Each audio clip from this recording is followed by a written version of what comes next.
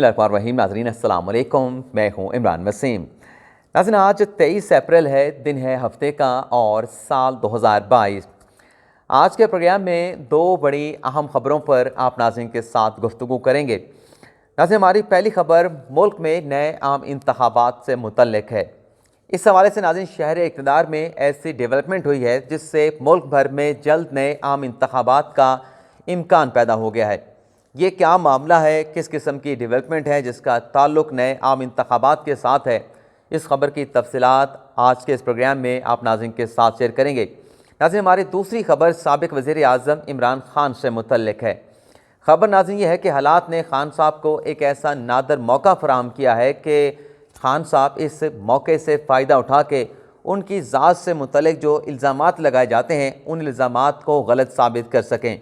ये किस किस्म की अपॉर्चुनिटी है और क्या खान साहब को इस मौके से फ़ायदा उठाना चाहिए और क्या खान साहब इस मौके से फ़ायदा उठाएंगे, इस खबर पर भी आप नाज़रीन के साथ गुफ्तगू करेंगे। लेकिन नाज़रीन इससे पहले जो पाकिस्तान के लिए आज एक बड़े एजाज़ की बात है, जो पाकिस्तान के लिए आज की खुशखबरी है, गुड न्यूज़ है, उस खुशखबरी की तफसीलात आप नाज़रीन के साथ शेयर करेंगे। नाज़रीन अच्छी खबर यह है कि अखुवत फाउंडेशन के बानी डॉक्टर अमजद साकिब का नाम जो है वो नोबल अमन अवार्ड के लिए नॉमिनेट कर दिया गया है। दोबारा से वाज़ेह कर दूं, दोबारा से क्लियर कर दूं कि ताहाल ये जो अवार्ड है उसे अमजद साकिब साहब को देने का फ़ैसला नहीं किया गया, लेकिन जो जूरी है, जो तंजीम है, जो बॉडी है जो ये फ़ैसला करती है कि ये अवार्ड किसको देना है, उस जूरी की जानिब से दुनिया भर में जिन 343 अफराद का इंतखाब किया गया है, जिनकी नॉमिनेशन की गई है, उसमें एक नाम पाकिस्तान के प्राउड पाकिस्तानी डॉक्टर अमजद साकिब, जिन्होंने 2001 में अखुवत फाउंडेशन की बुनियाद रखी थी, उन्हें भी इस अवार्ड के लिए, नोबल अमन अवार्ड के लिए नॉमिनेट कर दिया गया है। यहाँ पर आप नाज़रीन को ये बताना भी ज़रूरी है कि आखिर डॉक्टर अमजद साकिब साहब ने ऐसा कौन सा कारनामा सर अंजाम दिया है कि उन्हें इस अवार्ड के लिए नॉमिनेट किया गया है। लेकिन इससे पहले आप नाज़रीन को ये भी बता दें कि इस अवार्ड के लिए नॉमिनेट होने से पहले डॉक्टर अमजद साकिब साहब जो हैं वो लाइफ टाइम अचीवमेंट अवार्ड हासिल कर चुके हैं। इस सितारा इम्तियाज़ हुकूमत पाकिस्तान की जानिब से सदर मुमलिकत आरिफ अलवी की जानिब से डॉक्टर अमजद साकिब को दिया जा चुका है। और इसके साथ साथ जो एशिया का नोबल प्राइज़ है वो भी डॉक्टर अमजद साकिब साहब जो है वो हासिल कर चुके हैं। लेकिन उनका कारनामा क्या है, उसकी मुख्तसर की तफसीलात भी आपके साथ हम शेयर कर लेते हैं। नाज़रीन ब्यूरोक्रेट थे, ब्यूरोक्रेसी से रिटायर होने के बाद अमजद साकिब साहब ने 2001 में अखुवत फाउंडेशन नाम से एक तंजीम की बुनियाद रखी। इस तंजीम के नाज़रीन जो मुस्तहिक लोग थे उन्हें कर्ज़ा दिया जाता था। वो कर्ज़ा माफ़ नहीं होता था बल्कि वो कर्ज़ा वापस करना होता था।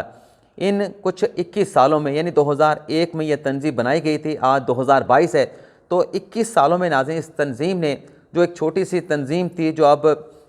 पल बढ़ के फल फूट के एक बहुत बड़ी तंजीम बन चुकी है, इस तंजीम में नाज़रीन 21 सालों में मुल्क भर के 400 छोटे बड़े शहरों में 150 अरब का कर्ज़ा, जो मुस्तहिक लोग थे, जो कर्ज़ा लेना चाहते थे, जिन्हें ज़रूरत थी, माली असिस्टेंट की ज़रूरत थी, उन्हें ये कर्ज़ा बिला सूद जो है वो फराहम किया गया। और इसमें नाज़रीन सबसे बड़ी डेवलपमेंट ये है, सबसे बड़ी बात यह है कि ये जो 150 अरब के कर्ज़े अखुवत फाउंडेशन के ज़रिए डॉक्टर अमजद साकिब साहब ने दिए हैं, इसमें नाज़रीन डिफ़ॉल्ट का रेट सिर्फ 1% है। यानी 150 अरब के जो कर्ज़े दिए गए उसमें रिकवरी का जो रेशियो आया है, जो तनासब आया है, वो नाज़रीन 99% है। तो ये पाकिस्तान के लिए एक अच्छी खबर है कि पाकिस्तान के किसी शहरी को इस बड़े नोबल अमन अवार्ड के लिए नॉमिनेट किया गया है। लेकिन अभी इंतज़ार करना होगा कि ये अवार्ड जो है वो किसके नाम जाता है। लेकिन पाकिस्तानी माह रमज़ान है, ज़रूर दुआ करें कि ये अवार्ड जो है वो पाकिस्तान को मिले, पाकिस्तान की बड़ी शख्सियत डॉक्टर अमजद साकिब को ये अवार्ड मिले तो पाकिस्तान के लिए क्या ही बात होगी। और नाज़रीन आज की हमारी जो पहली खबर है उस पर गुफ्तगू का आगाज़ करने से पहले जो अमरीकी मरासला है उस पर मैं एक लाइन के आप नाज़रीन के साथ बात करना चाहूँगा। कल नाज़रीन नेशनल सिक्योरिटी कमेटी का जब एलामिया जारी किया गया तो पाकिस्तान तहरीक इंसाफ ने, यानी हुकूमत तो इस मरासले से मुतल्लिक़ जो एलामिया था उसको सराह रही थी, लेकिन उसके साथ साथ जो पाकिस्तान तहरीक इंसाफ के जो रहनुमा थे, साबिक़ वज़ीर दाखिला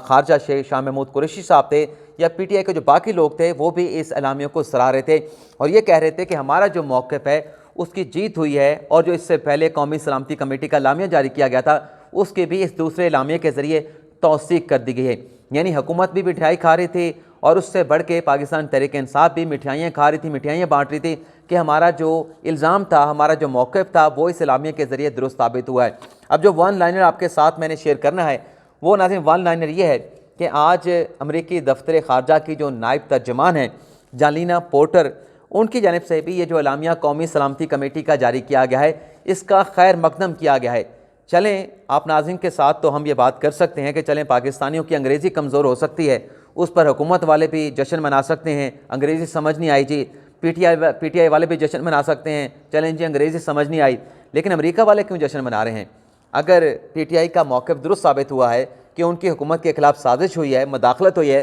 तो क्या अमेरिका को भी अंग्रेज़ी समझ नहीं आती? उनके दफ्तर ख़ारजा को अंग्रेज़ी का पता नहीं, उनकी समझ बूझ नहीं, तो वो क्यों मिठाइयाँ बांट रहे हैं, वो क्यों रसगुल्ले गुलाब जामुन खा रहे हैं? ये एक हमारा तरीका बन चुका है। वैसे अमेरिका वाले कहाँ रसगुल्ले गुलाब जामुन खाते होंगे, मुंह तो मीठा करते होंगे, लेकिन जिस तरीके से हमारे पाकिस्तानी मिठाइयाँ बांटते हैं, खाते हैं, वो गालिबन अमेरिका में इस तरह का तरीकाकार नहीं होगा। लेकिन बड़ा हैरानगी इस बात की है कि यहाँ पर पीटीआई वाले जश्न मना रहे हैं कि हमारा मौक़िफ़ मान लिया गया है। अगर उनका मौक़िफ़ माना गया है तो जो दफ्तर ख़ारजा है अमेरिका का, वो किस बात का जश्न और खुशी का इज़हार कर रहा है? ये बहुत बड़ा सवाल है। जिन लोगों के पास मैं समझता हूँ कि अकल समझ बूझ है, वो इस बात को समझ सकते हैं कि मैंने क्या बात की है, लेकिन जो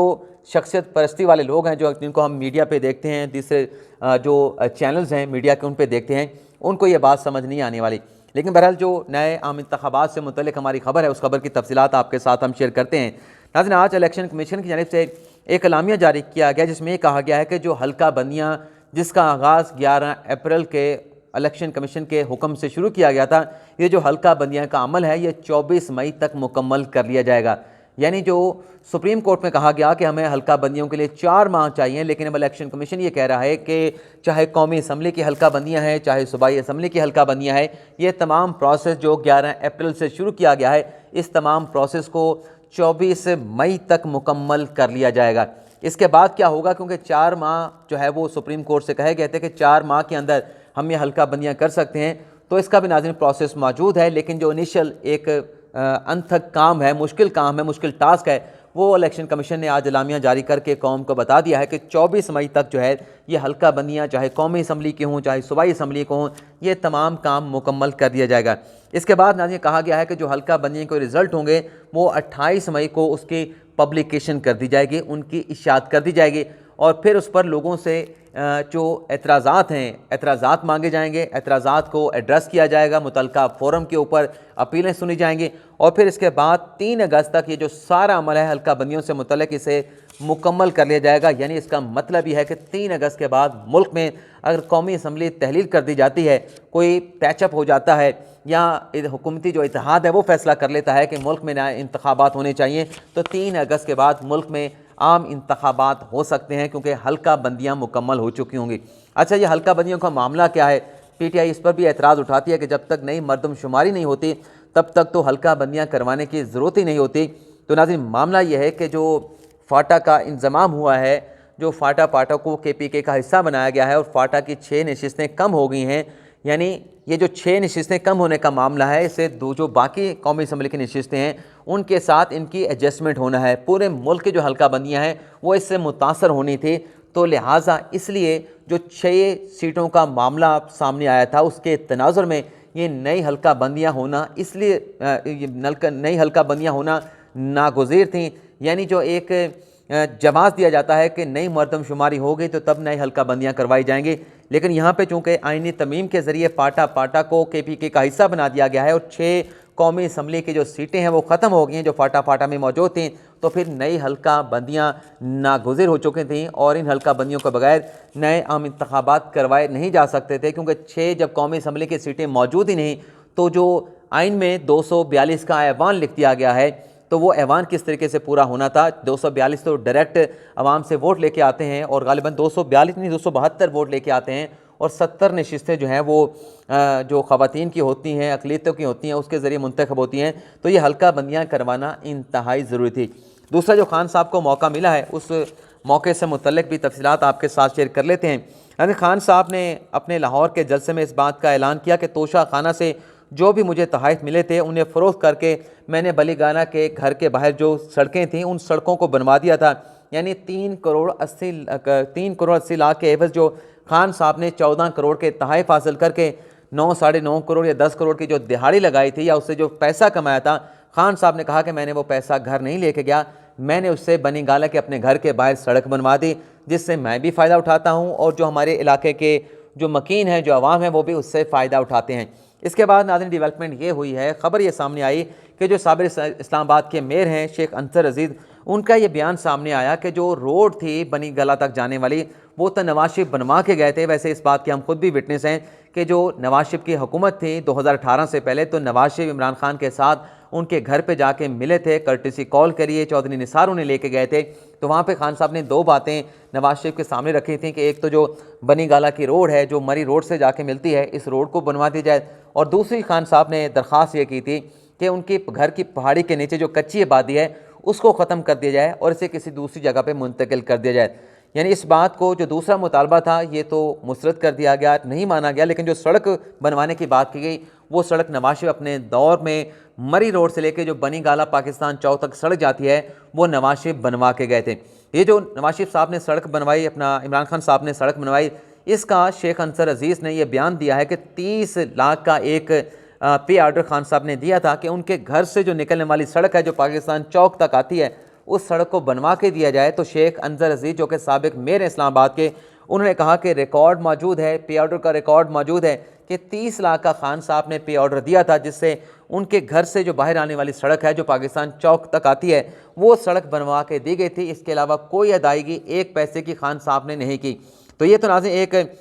एक नैरेटिव सामने आया है कि खान साहब ने कहा कि मैंने तो सारे पैसे से सड़क बनवा दी, लेकिन शेख अंसर अजीज़ ये कहते हैं कि नहीं, 30 लाख रुपए खान साहब ने सड़क बनवाने के लिए दिए थे, तो बाकी के जो 9 साढ़े 9 करोड़ हैं, वो पैसे कहाँ पे गए। तो खान साहब के लिए नादर मौका है कि उन पर जो इल्ज़ाम लगाए जाते हैं, खान साहब ने तो वजाहत दे दी, जवाबदेही कर दी कि मैंने पैसा घर नहीं लेके गया, ख़जाने से पैसा नहीं लगाया, तोशा खाना के तहफ़ से मैंने सड़क बनवा दी। तो खान साहब के पास ये नादर मौका है कि वो बता दें कि 30 करोड़ नहीं, बल्कि कितनी अमाउंट दी थी, कितनी अमाउंट का ड्राफ्ट दिया था, वो बता दें और शेख अंसर अजीज़ को गलत साबित कर दें, झूठा साबित कर दें। तो खान साहब अपनी ज़ात से मुतल्लिक, अपने किरदार से मुतल्लिक जो बहुत सारे इल्ज़ामात आजकल उन पे लग रहे हैं, उन तमाम इल्ज़ामात को निगेट कर सकते हैं, उन तमाम इल्ज़ामात को गलत साबित कर सकते हैं। तो खान साहब के लिए नादर मौका है। अब देखते हैं कि खान साहब इस मौके से फ़ायदा उठाते हैं, नहीं उठाते, ये तो खान साहब की अपनी सवाबदीद है। लेकिन बहरहाल हम आपसे इजाज़त चाहेंगे। अल्लाह ताला आपका हामी और नासिर हो। दुआ में याद रखिएगा। अल्लाह हाफ़िज़।